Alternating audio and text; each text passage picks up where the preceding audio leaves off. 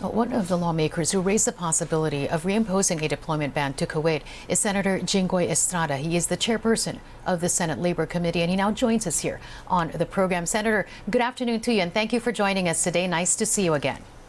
Hi, good afternoon, Karmina, and to all televiewers. Magandang hapon po. All right, Jullebee Ranara finally brought home last Friday. It was a tragic ending for someone who just wanted a new beginning for herself and her family. How do we stop this, Senator, from ever happening again? First of all, during my privileged speech in the Senate last week and during the period of interpellations, I suggested a total deployment ban in the state of Kuwait because there are a lot of OFWs, distressed OFWs in Kuwait. In fact, when I visited Kuwait, the state of Kuwait, when I was a senator during my first term, there were a lot of distressed OFWs in the embassy of the Philippines in the state of Kuwait. And in fact, I brought them back home here in Manila to join their families. And as you continue to look into this matter, what is wrong? What has been happening that leads to the maltreatment of our workers there? First of all, we have to investigate the recruitment agency that recruited Jullebee to work in Kuwait. And secondly, we have to have this bilateral agreement between the state of Kuwait and the Philippines. Right. We have to, excuse me? Yes, go ahead, go ahead. We have to improve we have to, again, because the bilateral agreement which was signed by former Secretary Alan Peter Cayetano and the state of Kuwait has already lapsed. No, the agreement on employment of domestic workers between the government of the Republic of the Philippines and the government of the state of Kuwait has already lapsed because they signed this in May 11 of 2018, and naglapse ito after 4 years. So siguro kailangan ma-renew itong ating bilateral agreement. But are you looking at renewing this as is? Because as I understand it, this agreement puts the onus on the employer and not really on the state of Kuwait. And the state just comes in whenever something bad happens already. Go ahead, Senator. Yes, this should be signed by our newly appointed Secretary of Foreign Affairs, the Secretary Manalo, and of course the representative of the state of Kuwait. No, I have to make representations with the Secretary of the Foreign Affairs to immediately sign the bilateral agreement between the Philippines and the state of Kuwait. Pero nakikita niyo ho ba, Senator, that there has to be something more to this, and the onus or the responsibility should not be placed on the employer alone? That there has to be something policy-wise on the part of Kuwait so that this culture of impunity will cease to happen, especially to our overseas workers? Because first of all, we have to check the background of the employers in Kuwait. There are a lot of employers that really are, alam mo, hindi talaga, what do you call this, because of lack of term, hindi talaga sapat na kumuha ng ating mga OFWs. Kasi there are a lot of employers in Kuwait that are really, kumbaga, talagang may criminal mind, no? That's why we have to screen these employers in Kuwait. The DMW will be sending a fact-finding team to examine the situation in Kuwait. What do you think?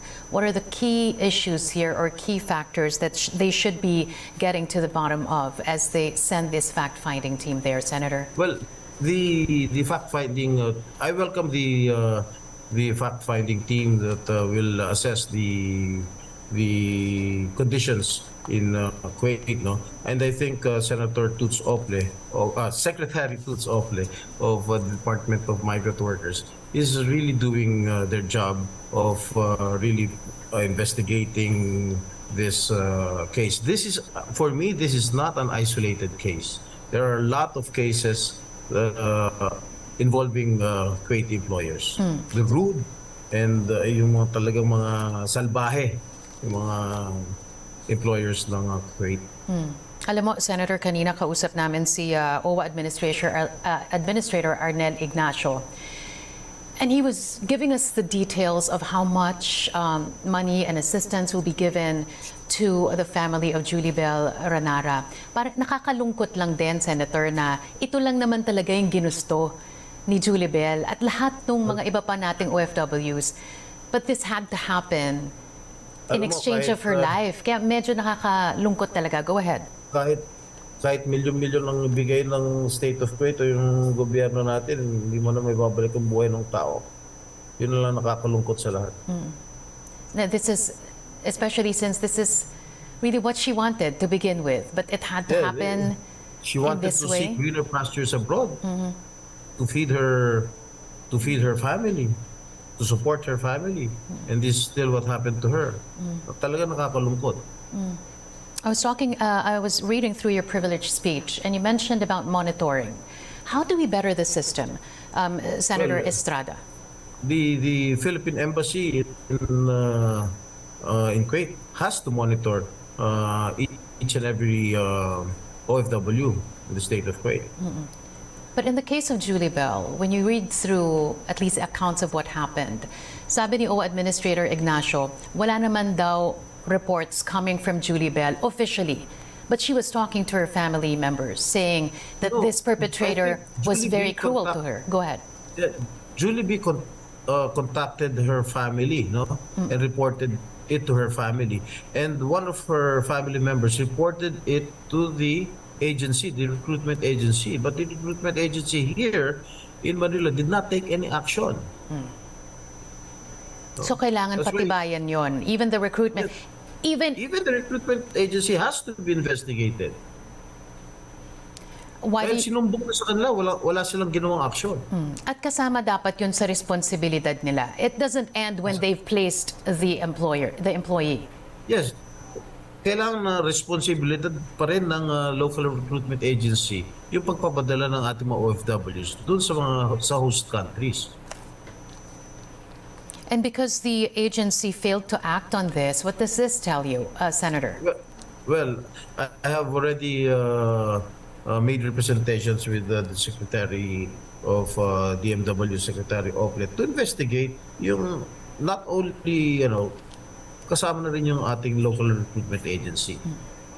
And in fact, I have information, I have received information na yung recruitment agency na nag-recruit kay Jullebee has 7 cases filed before the Adjudication Bureau of the DMW. Kailangan siguro sampulan na rin itong recruitment agency na nag-recruit kay Jullebee. What was the earliest case, if you can share that with us, Senator? What year? Well, I do not have any information, but there were cases of it. Based on the case management, yung kanyang recruitment agency, ang pangalan Catalyst, has 12 recruitment violation cases with 7 cases still pending before the Education Bureau of the Department of Migrant Workers. So kung kayo po yung masusunod, hindi nakasaad dito kung ano-ano itong mga kaso.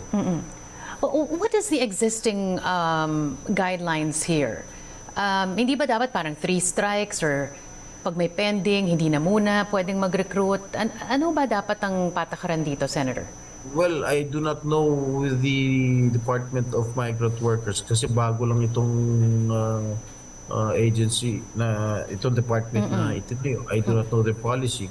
Kung 1 strike policy ba, kung 2 strike policy ba, o 3 strike policy.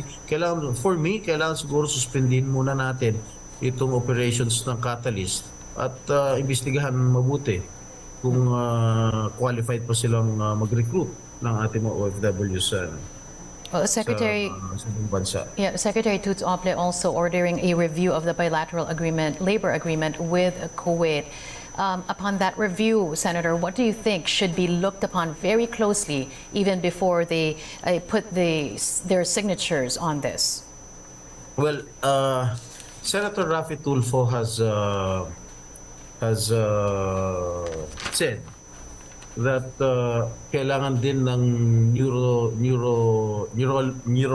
neurological test yung mga employers sa Kuwait kung talaga qualified sila na kumuha ng ating mga OFWs. And I also agree with him. No?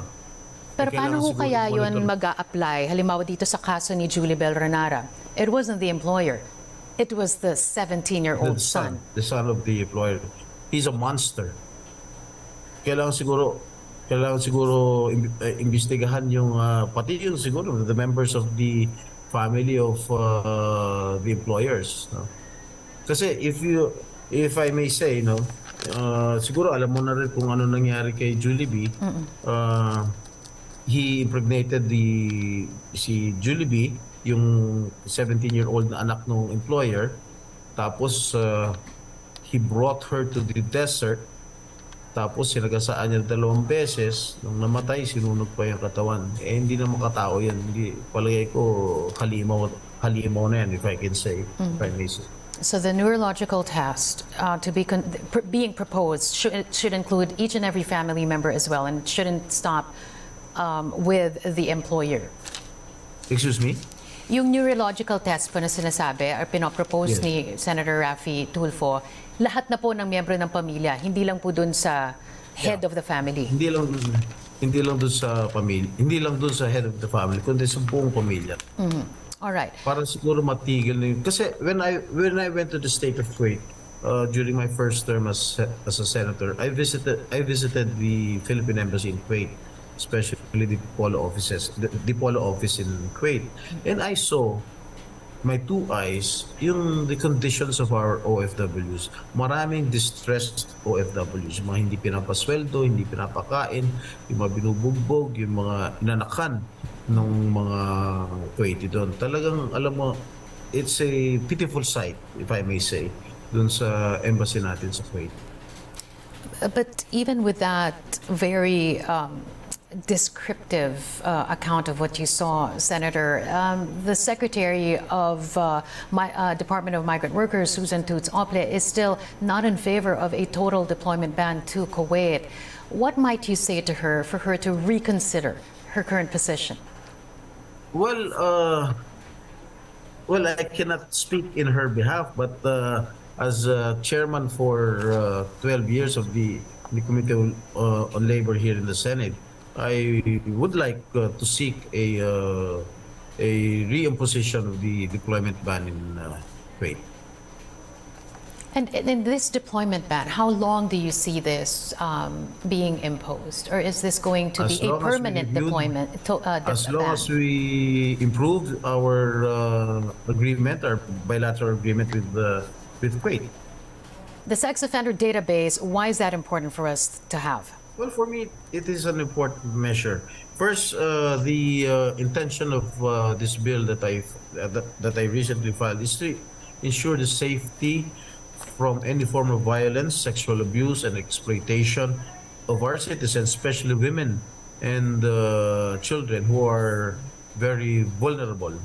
No, and second is to provide sufficient information to our LGUs, the DOJ, the PNP, and the law enforcement agencies of the possible threat and convicted sex offenders living with their area of jurisdiction might present.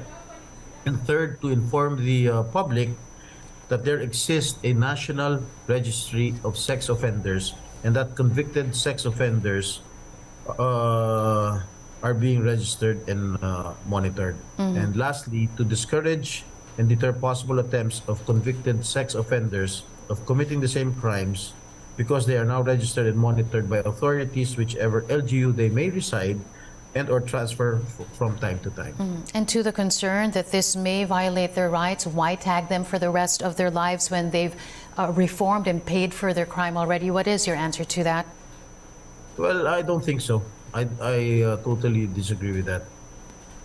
Why do you disagree with it, Senator? I filed this to protect our children and especially our women. All right, we're going to have to leave it at that because we've run out of time. Thank you so much for taking our call once again. Senator Jinggoy Estrada there joining us today on Dateline Philippines. Thank you. Appreciate it.